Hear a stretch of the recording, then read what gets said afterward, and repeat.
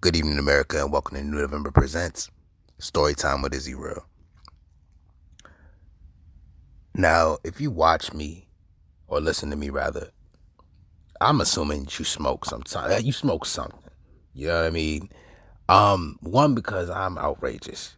The shit I say out my mouth just don't make no sense half the time. It's just like, you gotta be high to listen to this. And two, man,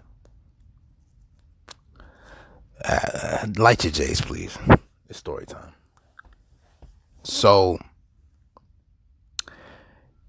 in high school, that was my first time ever smoking anything really. I didn't really smoke cigarettes at all. I wasn't really effing with the pack like that until maybe like 10th grade. So it was summer school, I believe, and we was on a school bus, and I had a Spanish homie, and my Spanish homie, he would be like, oh, you want smoke? And I'd be like, nah, I'm going to the NFL. You feel me? So I was still on that. I was still on my, nope, I'm going to the NFL. No need for us to be doing no drugs. You feel me? They're going to drug test me, and then boom, there go my scholarship, right? So, long story short, I failed in 9th grade.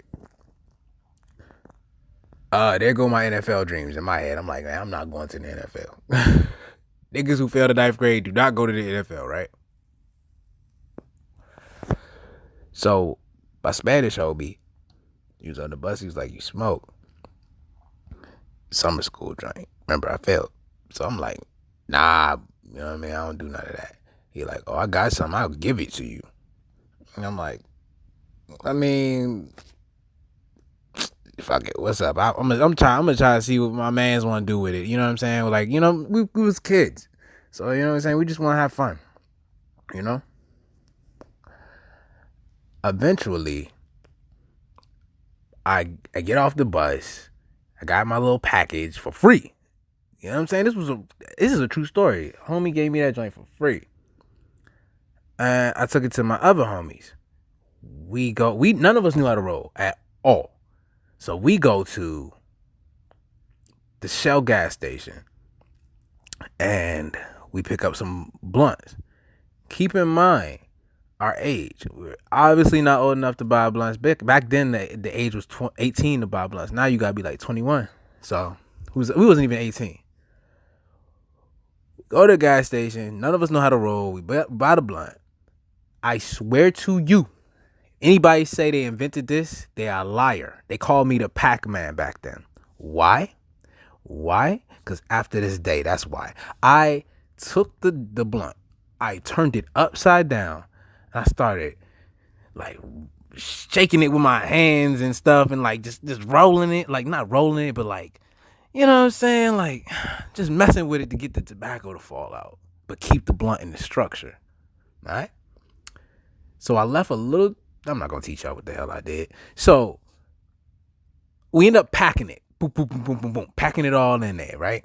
I don't want no kids being like, oh, Izzy taught me. No, Izzy didn't teach you shit. Stay off my page. So I packed it up. We ain't know how to roll. This is our first time even. You know what I'm saying? So we like, where we going to do it at? I'm like, all right, look, check this out. We can go behind this little abandoned house or whatever. It's not really abandoned. It's my uncle joint. My uncle by marriage. He got a house down the road. But it's like, you know what I'm saying? Just like a bando. So we go behind there and man, we sparked that joint up and it changed everything. You know what I'm saying? It changed everything. We was just like, whoa. I was like, whoa. Because everybody else had smoked something before. Me, I was going to the NFL. I ain't had time for that. So we become potheads. Fuck it. We end up smoking there every day. Word gets back to the high school that we go to, that on the road, Izzy and the guys got a place to smoke where ain't no cops pulling up, ain't no adults other than my uncle, but he's crazy cool. Shout out to him. And we called it the spot. It wasn't always a bench there, but we put one there. We stole it. Stole it. I remember that night. I was a bad little nigga, bro. I said, we took it out of somebody's front yard. It was a bench. We so fucking bad. It's a true story, bro. It was a bench from out somebody's yard. If y'all been to the spot, if you remember the spot, if you remember the spot, by the spot there was this house, this big house, kind of look abandoned too, but they had this bench in the front. The Spanish people, they had the bench in the front. They should have bolted that joint down because we ran up on that joint. I said, yo, grab this side. I'm going to grab this side. He was like, what are you doing? I was like, what are we doing, nigga? Let's go. We took that joint to the spot. So we end up, man, everything happened at the spot. Everything you could think of. First, it was like the white kids would come through. They would bring their bongs and stuff. And that's when we really started smoking. We was like, whoa. I mean, I'm surprised 12 never, ever one time came to the... Okay, 12 would circle the spot, but they were never wise to what was going on behind the house. Guess they never had their windows down because we was boofing. You heard me. We was boofing. I had to blow in the mic for a second because we was boofing like that. That's how we was boofing. But then you had gang members at the spot. We had everything you could think of. Girls, everything you could think of was coming to the spot. Some of us even, you know what I'm saying? Some of us even got it in right there, right at the spot. You know what I'm saying? I ain't gonna name no names. Hey, you know who you are. You hear me? But I say all that to say this, man. The spot was where a lot of kids from our high school back in that day went to smoke endless packs. Some of the niggas would come around and do things that wasn't pack. We never condoned that. You had to do that over there in the corner. You heard me? We used to say that there was a nigga named Jeffrey that lived inside the spot to scare people. And I don't know if this nigga's name was Jeffrey, but it was this fat nigga that my uncle used to let stay there. And we just named that nigga Jeffrey. And if somebody was smoking or doing something that they shouldn't have been, I was like, go over there with Jeffrey. Go in the corner with Jeffrey. You know what I'm saying? You got to go in the Jeffrey corner. And if he come out, then it's on you. You know what I'm saying? Whatever. Jeffrey do that type shit. Okay, if Jeffrey come out, you got to share with Jeffrey. Man, we used to fuck with people all the time. Especially my big homie, my big white man. Yo, he used to F with everybody at this spot, man. Don't get high at that joint. And don't get high at that joint around him. Nah, let me rephrase. But the funniest thing, man, the spot was the place where kids could go to just be themselves, to be free. You know what I'm saying? We was in high school stressed out. So my little uncle's backyard was everything to us after school. After school, it got to a point. This spot stayed up for years. It got to a point where we would all just get off the bus, go straight to the spot and smoke. Sometimes kids would cut off the bus, come straight to the spot to chill. They don't even smoke.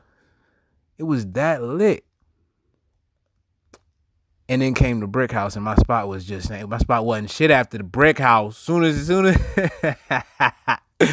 as they built the brick, forget Izzy's spot. They sold the spot, turned it to these like McMansions and stuff. So that, you know, the spot gone. Spot been gone for years. So is the brick. Rest in peace, D. Kyrie. But at the same time, before the brick house, we gonna talk about that in another story. But before the brick house, there was the spot, man. And man, that was everything to us as kids, man. My man's actually told me to do this. He was like, yo, talk about the spot. I was like, the spot, you know, like it's like you ever like get in a tub for the first time, you just be like, after a long day, that was the spot. You know what I mean? We made that little place our own. And let me tell you, if you are a motherfucker without a place to stay, don't just be wandering around looking for places to smoke. Find a spot. Make it your own. You know what I mean? Make a little spot your own. If you, like we had, a lot of people don't know this, but we had different spots. We had spot 1, spot 2. We would hit each other up like, where you trying to meet me at? Spot number 1 and spot number 2. Nothing was like spot number 1. Spot number 1 was lit. It was everything. But spot number, we would just make up spots like, oh, let's just chill in the woods. This spot number 2. You know what I'm saying? But all the spots had little benches. Low key, we always had a little bench. We was not about to be standing up. That's before we could smoke what we wanted. You know what I'm saying? That was back in the day. Now we just smoke in the crib, most likely. I don't know about my other homies, but you heard me.